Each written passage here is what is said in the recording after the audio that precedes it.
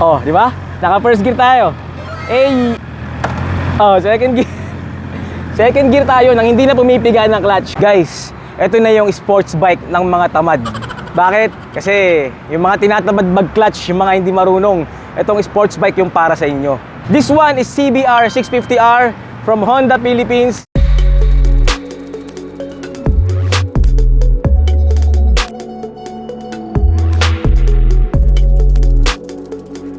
And ngayong araw nagkaroon tayo ng chance para i-review tong motor na to. Start tayo sa kanyang year model 2024.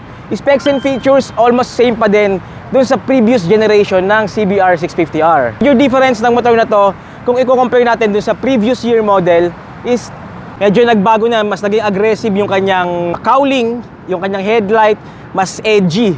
All in all, ang major changes ng motor na to from the previous model, yung kanyang headlight, taillight, the engine same pa din na 649 cubic centimeter displacement. Aside from those na nabanggit ko, yung kanyang panel gauge, this one is 5-inch TFT panel. Malayo din yung difference dun sa previous na panel gauge na mas manipis, mas makapal na tong isang to, mas malapad, and mas marami ng details and infos. Pinaka-special na changes from the previous generation or sa previous model. This one has Honda e-clutch system. So, ano ba yung e-clutch system? Kagaya nung sinabi ko kanina, itong motor nga na to is para dun sa mga tamad mag-clutch. Dun sa mga ayaw ng pumiga ng clutch, ayaw ng piga kasi laging traffic sa area nila. This one is the perfect bike for you. This reminds me of the Dragster 800 SES Smart Clutch System. Almost identical siya dun sa function nung e-clutch na kapag naka-engage ka sa second gear or third gear, hindi mo na kailangan pumiga ng clutch pagka i-stop ka or mag-shift ka ng gear.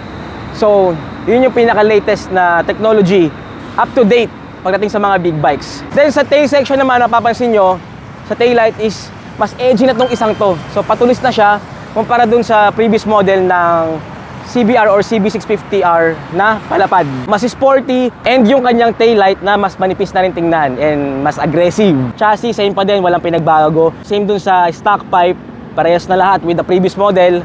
Again, horsepower ng motor na to, same pa din, 94 horsepower. And then, with a fuel tank capacity of around 15 liters pa din. Yung price nga pala nung dating model ng CBR 650R is nasa 554,000. This one, to be announced pa yung price niya. Soon, i-reveal din ni Honda Philippines. Pero for now, tinetest drive muna namin dito sa HSDC. Thank you for having me here. And again, ito yung mga latest bikes ni Honda. This one is CBR 650R. Yun, tingnan natin kung magkakaroon tayo ng chance na i-long ride itong isang to. Hey! So, ito na yung CB650R. Same engine, this one is naked, this one is sports bike. And major changes from the previous model, yung kanyang headlight. Teardrop design na. Compared dun sa previous model na medyo roundy pa yung shape.